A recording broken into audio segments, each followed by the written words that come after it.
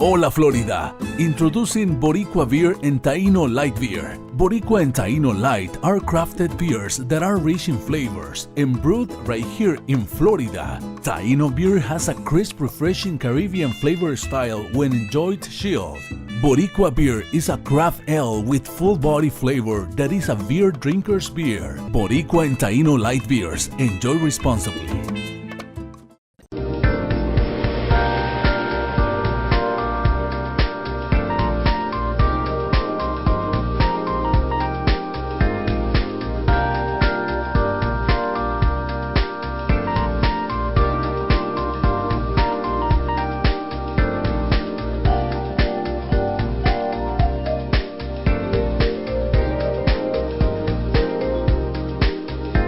Good evening. Welcome to another edition of EDuTV. I am your host, Greg Perkins, and we have with us today Mr. Earl Barnett, and we also have attorney Charles Barfield. These two gentlemen, they are representatives of the BETA Preparatory Collegiate Academy of Orlando. How you doing, guys? How you doing, sir? Thanks for having us here. All right, let's get started. I did my homework. Read up on the school. Okay. And so if you guys could just tell us a little bit about yourself and why you all started this school. Okay, you go first. I'm Charles Barfield. I'm a licensed attorney in Florida for about maybe 18 years or so. And I've been knowing Mr. Earl Barnett. We grew up as childhood friends for about over 30 years or more. And he served in different capacities in education, from principal and deans and in various capacities in educational system. And we always had this philosophy about doing in school when we got older and we graduated from college, and it was a dream. And with his academic acumen, knowing the technicality of it, and me being a lawyer, and working from defending people within the system, defending students or parents or whatever. And we basically took 20 to 30 years of what we thought were deficiencies in the public school system and cultivate a formula and a system that we believe that will be a holistic approach to making a child and a student that will be not just academically inclined, but have a social justice and a community responsibility. That we don't care about kids being a 1%er, but we believe that we want you to help others become part of that and expand that. That's right. So myself, I've been in education 24 years, 15 with Orange County School District, last 8 as a school principal in Dade County and Volusia County. For us getting together and developing this school and the model, like we kind of mentioned earlier before we got here, it was very important for Orlando to have a model like this, because a lot of the students who are going through the public school systems and going through the charter school systems, you know, they're doing a wonderful job per se, but there are many kids who have an additional need. Right. So creating a school where it's all inclusive, like for example, like Mr. Barfield, our board attorney and our board member, and we've got other members of the board who've come back and really just try to give kids from Orlando a chance. Like I said, I've been teaching and administrating and coaching. I started off as a substitute teacher in Orange County schools. Oh, wow. And kind of worked my way up through the ranks. And you know, I've coached basketball, coached a kid right here in the neighborhood, Amari Stoudemire at Cypress Creek. I was a high school coach through there, and many other players. And now it's just an opportunity to kind of come back to Orlando and give back to a city that's been so good to me. Okay, yeah, now I see that your school, this is going to be a private school, correct? Not a charter, it's going to be a private school, correct? It's a private school. Correct. Okay, and your focus is STEM. Tell us about STEM and why you guys chose that particular focus. Well, our 6 through 8 focus is STEM, because when you're looking at kids that come through the middle school, you're doing the research, a lot of our kids are falling off maybe like the 7th grade, second semester. That's when you start seeing a downcline, just in the whole educational process. But getting kids involved and just realizing the different learning styles of kids, knowing that you have kinetic, you have auditory, you have visual. And a big thing for us is putting all of them together so kids can understand. If you have a kid, if I'm an auditory teacher and the kid is kinetic, they have a hard time connecting. Right. But for us, what we've done, we've implemented technology a positive technology in the classroom. All of our classrooms have smart boards. All of them have student response clickers. All of them have laptops. We're getting ready to get 25 computers per every 2 classrooms, because we believe technology, if used correctly, is very important. Right, right. Now, I see, so in grades 6 through 8, that's going to be a focus on STEM. Will some of that also continue through the 9th and 12th grade level as well? Well, what will happen in ninth school, once they go through the 6th through 8 program in STEM, we're preparing them for the college preparatory more for the high school. So now what happens starting in 9th grade, we'll be utilizing a 4x4 schedule. Okay. So and that's probably for the TV community might not understand. Yeah. Let's not get too wonky, because we want to come in first on this. And folks, by the way, and I think most of you guys know this, but STEM is science, technology, engineering, and math, and there's a big push in that in the United States, because those are going to be the jobs of tomorrow. Yeah, that's the future. So I'm sorry, go ahead. No, but so what we do is in 9th and 10th grade, we focus the electives on ACT and SAT prep. So the students, after they go through the STEM program, 6 through 8, the focus is college preparatory, the ACT, SAT, the prep part. So now when they get to 11th grade, we push all of our students then to dual enrollment. And when they get to 11th grade, they have to actually declare a major, the BETA majors from the academy. There's business, engineering, science, tourism, and the arts. So the remainder part of their electives through high school would be in those individual academies. So we just really, like I said, our monthly college field trip is just a whole abundance of preparing them for college, letting them know that, we can get you ready and that you want to be there. Now, Attorney Barfield, we were having an interesting conversation before we came on camera, and I want the people to know more about your motivation, because we understand Mr. Bennett, former educator, you're a lawyer. So what was your motivation for coming along with the project? I know you want to give back, but there was another reason. Well, I firmly believe that education is the great neutralizer that can really right all societal ills in a very fundamental way.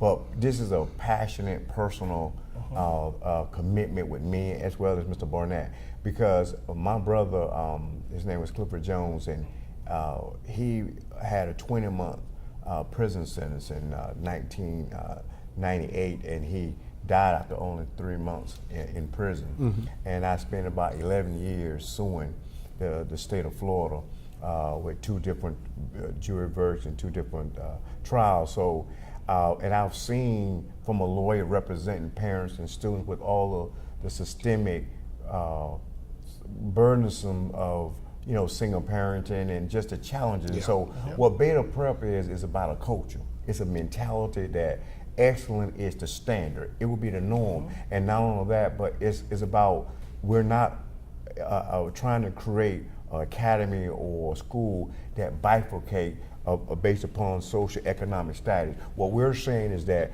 any individual, including a student with a disability, can learn and we're here to give them the tools through technology, a great support staff and the teachers, and help extrapolate the best out of them and to motivate them. And it's just like with athletics, every child will succeed based upon the expectation. That's right. If you believe in them and you have a dual responsibility with the parent and the school, which we have throughout the process. We got a big social justice part of the curriculum that's mandatory. Right.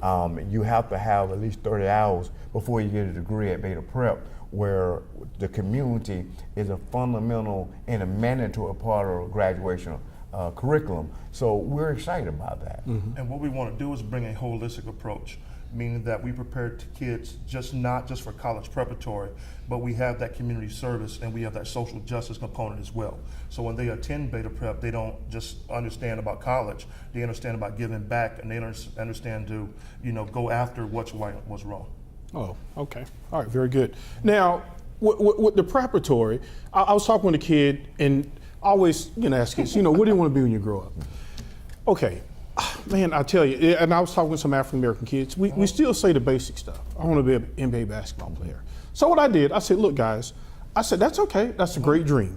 I said, I also want you guys to realize the industry that's around basketball that you can do until you basically die. Right. All right, there are coaches, there are assistant coaches, Trainers. there are marketing people, there Yes. are trainers. But it seems that we aren't doing a good enough job of exposing our kids to that. So, and I saw that you guys are going to have some things in place to help give kids exposure to what is college. Right, What does it exactly. mean to go college? So you guys want to take that? So actually what we do is we prepare kids starting in 7th grade. We do monthly college field trips. Okay. So beginning when they get there, we take them to different college campuses around Florida, South Florida, UCF, different local colleges, and as we go and we grow, we'll end up, going out of state and so on, those sort of things. But I think it's very important to have those kids, you know how you say back in the day, walk the yard and understand a college campus and meet admissions people. Because now if you're in 7th grade, getting that mindset, when you get to 8th grade, it's a little easier. When you get to high school, there's an expectation, like we talked about before, of excellence that now comes about. So now in my mindset, because I understand what you're saying, if you go to a lot of young girls nowadays, what do you want to be? I want to be a nurse. But sweetheart, they're engineers, they're architects, they're entrepreneurs, they're this, but a lot of them, a lot of times kids want No to do what they exposure. see. Exactly. Yeah. So, and the good thing about myself, like I said, I've been in education 20 plus years. You have Attorney Barfield coming on, and all of the different individuals that we have coming back. But part of that Saturday morning that we can kind of get into is that we have tutoring and mentors coming in on Saturday. Okay. So for those kids who are having troubles or need that assistance, so on and so forth, or if they fall below a C. If they are below a C, they have 2 weeks to pull it up. If they don't, they have mandatory tutoring on Saturdays. And that's something we can kind of get into. But what it does is not a punishment. It's to get those guys the help that they need and get those one-on-ones. We got a couple fraternities coming in, a couple business people who are vested and who love helping kids. Just want to see them grow. And the thing about Beta Prep, it's all about giving. It's not about taking back. Right. Right, because a lot of times, we get successful, but we don't give back. And it don't necessarily have to be money. Right. It can be knowledge. Time is the best thing you could ever give back to a kid. Yeah, I mean, because Saturday I did about 3 hours. I'm like, I still got the rest of the day to myself. So a lot of people think that you have to just give all of this time, and really you don't. And I guarantee you, there was one kid in there that heard something that someone had said. Well, Greg, I don't think anyone, if they're honest within themselves, that what we call quote unquote success can say that they got a success exclusive by themselves. That's no right. one built That's all the right. bridges, no one. Someone does something to assist you. And the most important thing is a role model. And no matter what, everyone that I ever know that you could say was successful will always tell you at some point in life, whether it's a 3rd grade teacher, whether it's a 5th grade coach or a Little League or Pop Warner, whatever, someone in their life, be it a family member or coach or a teacher or a role model, made a difference. And that's what we hear about. See, we're trying to build entrepreneurs, and we want kids to have a choice to be employers, not employees. Right. And we want to give them more options. And so the thing about it is that, listen, we know that we want to teach kids that, listen, there's only a few sports jobs if you put them all together. Right. That's right. That's right. Football, NFL, basketball, if you put them all together, those are very statistically a small amount of jobs. However, you can be a doctor, you can be an attorney, you can be a teacher, you can be a successful person, but if people have not been exposed to those disciplines and those role models, they don't know they really exist. It's just a philosophy. Exactly. It's not real to them. But that's why we got the mentors here. So you can see attorneys, you can see doctors, you can see different people. And when you go to, if a person haven't been exposed to college, it's hard to dream something just from a total with nothing there. You know what I'm saying? So we got to give them the tools and the ability to say, if he can do it, if she can do it, I can do it. Because even getting to that point on the weekend, like we talked with the monthly college field trips, we want to be in a position where we get a 2nd and 3rd bus and take the parents as well. Because a lot of the parents have never been on the college campus. Never been. And now for us, like I said, it's about intertwining families back together. And if you've got a parent who goes on a college field trip, maybe the first time them being on the college, now we've got that reinforcement. Hey, we went to the University of Florida, and you said you liked it. So the first thing I ask kids always, what school do you want to go to? I want to go to Florida. They say that for everybody wants to be a gator. I know. And okay, well, what do you want to do? What are the criteria to get in? Then they freeze on you because they don't know. Yeah. But part of Beta Prep is what we do starting in 9th grade. We introduce to you, okay, I want to go to LSU. What's the requirement? What's your ACT scores? What's this? And we make them research those things. Okay, hold those thoughts, folks. We're going to come back on the other side, and there's still a lot of things that we want to talk about for the BETA Preparatory Collegiate Academy of Orlando, and we'll be right back. Synchrony Financial está contratando a representantes bilingües de colecciones en Orlando. Ofrecemos un salario inicial competitivo, incluyendo bonos mensuales hasta $1,200 y un paquete de beneficios integrales, cuales se inician desde el primer día. Aplique hoy en synchronycareers.com, que es SYNCHRONY careers.com, o envíe por texto el código SYF103 al 90206. Repito, envíe el código SYF103 al 90206. Welcome back, EDuTV. Again, I'm your host, Greg Perkins, and I have an edit to make. I've been referring to Mr. Earl Bennett as Bennett. His name is Earl Barnett. Yes, it is. Thank you, Attorney Barfield. Thank you. It was the attorney in him that brought that out. All right, Greg. All right. So now we were talking about how we're going to capture some of these kids, because this is a preparatory school. This is a college prep school. Correct. Now, I'm not sure. I'm sure it's open to all kids. Or do you have a particular student population in mind? Well, you want to? Well, this is what Beta Prep is about, a culture. What we're saying is that there's no kid that should be left behind. Okay.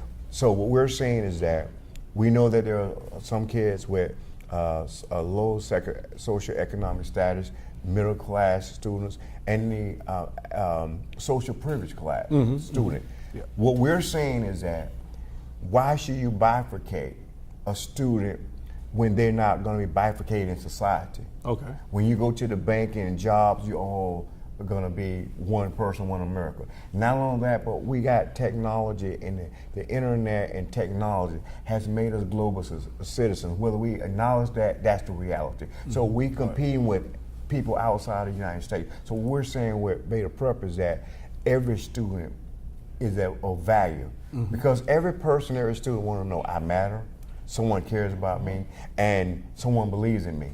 And when you do that to them, that'll give them the mentality that I do matter, and they will buy into the culture, just like in athletics. But so we're saying that it's a holistic approach, and I defer to Mr.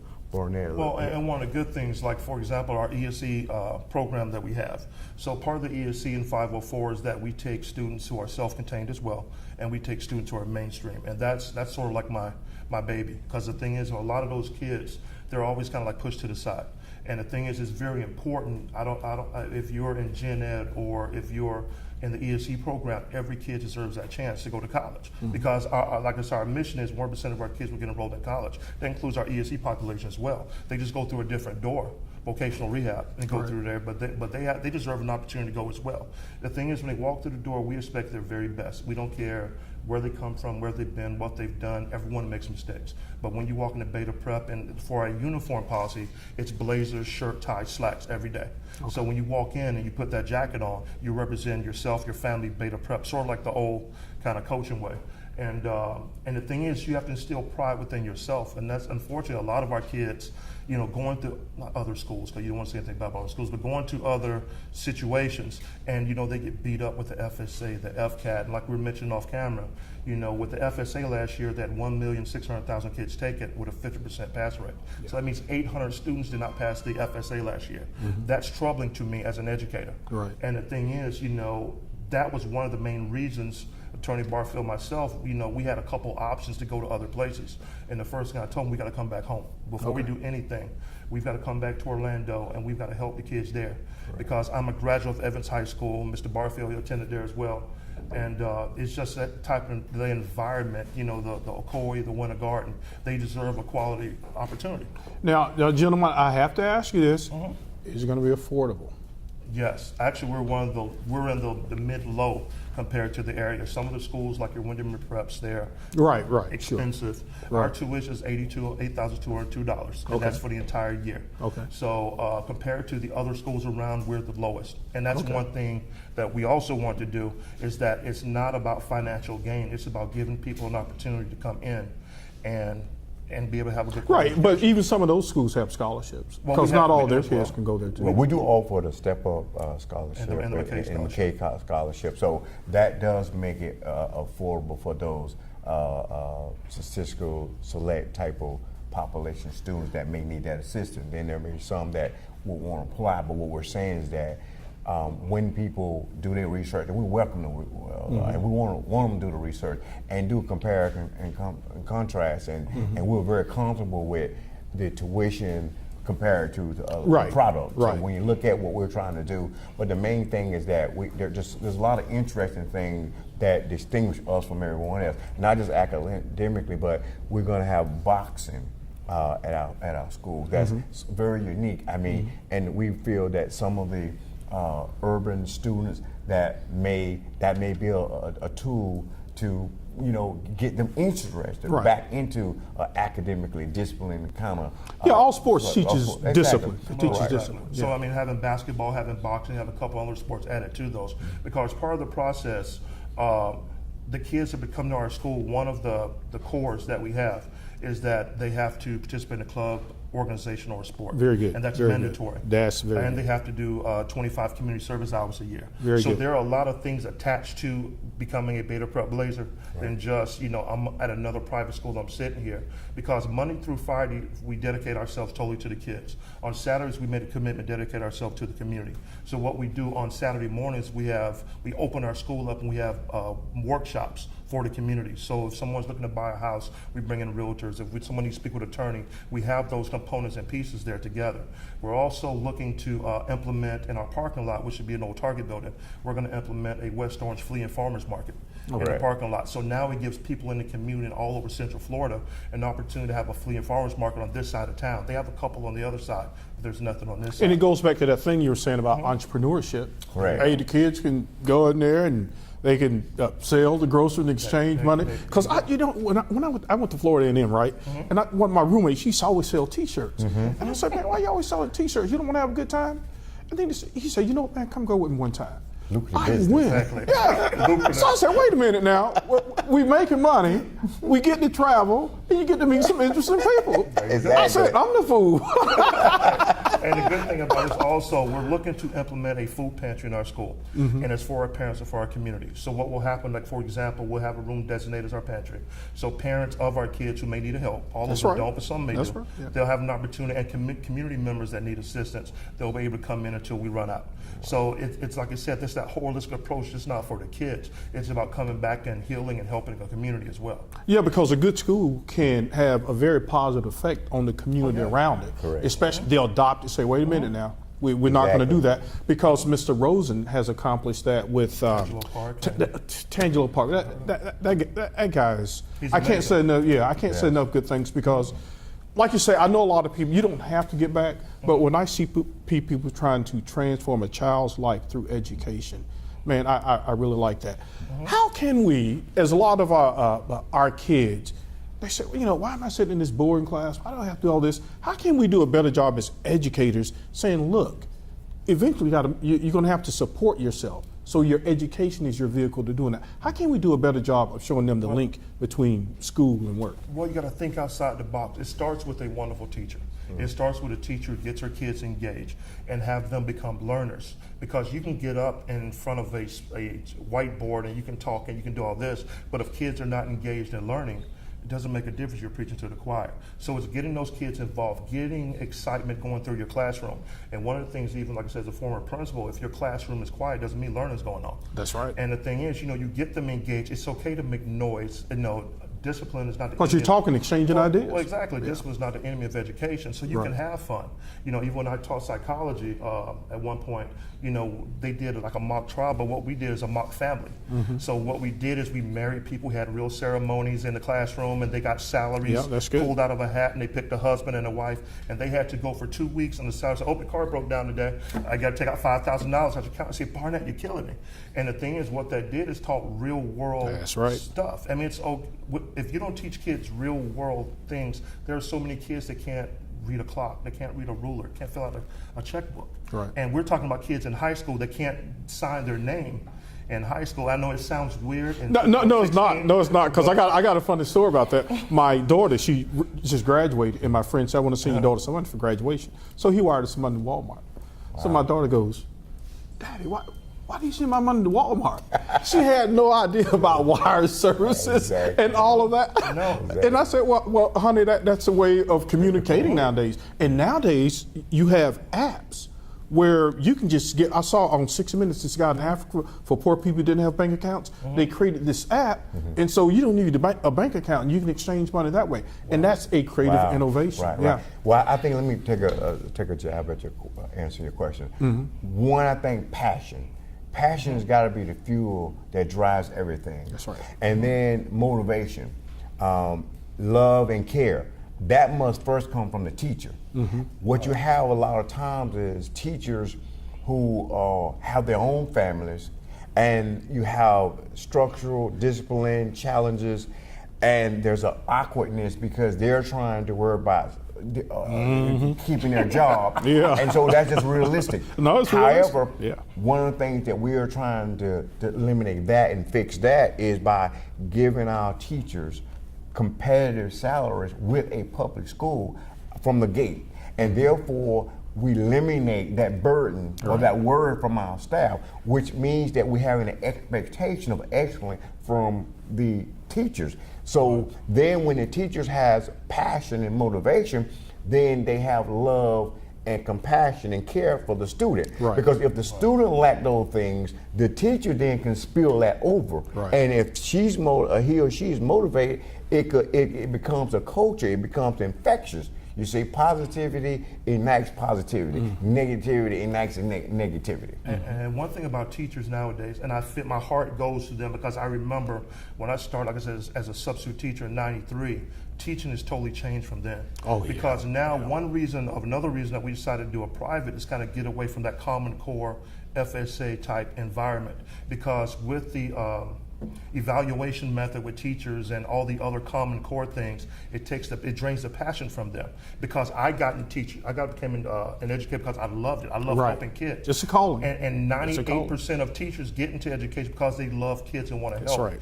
And the thing is, unfortunately, with the public and charter schools, they kind of drained it a little bit. So now it doesn't feel like a passion, it feels more like a job now. Exactly. Right. So now if it's a job, the teachers treat it like a job. You're going to pay me for the job that I do. Exactly. And if you're not going to pay me a quality salary, then this is what you're going to get. And the great thing about, like I said, about BETA Prep being a private school is that it's about having those teachers who are passionate. You don't have to worry about the Common Core. We abide by the Florida standards. So we're a private school molded from the public school, if that makes any sense. So I get it. With the experience that we have, it's very advantageous for them.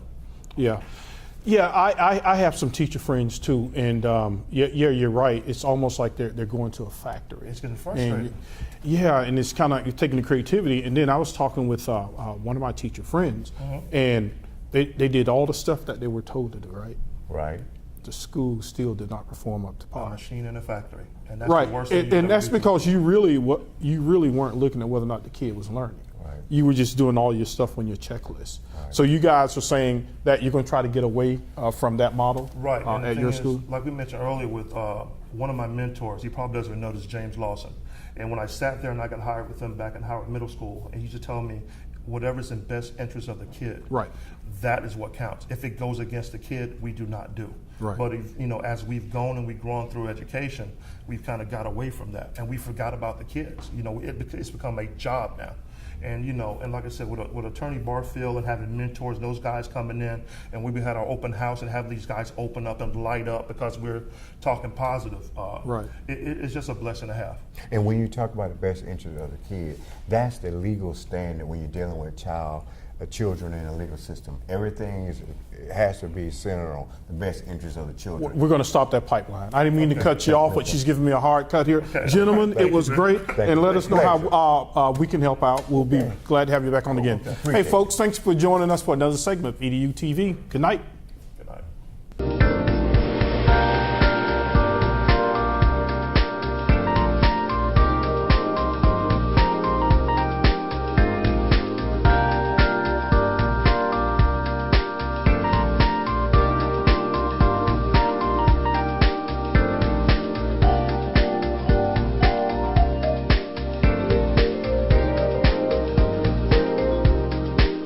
Hola Florida! Introducing Boricua Beer and Taino Light Beer. Boricua and Taino Light are crafted beers that are rich in flavors and brewed right here in Florida. Taino beer has a crisp, refreshing Caribbean flavor style when enjoyed chilled.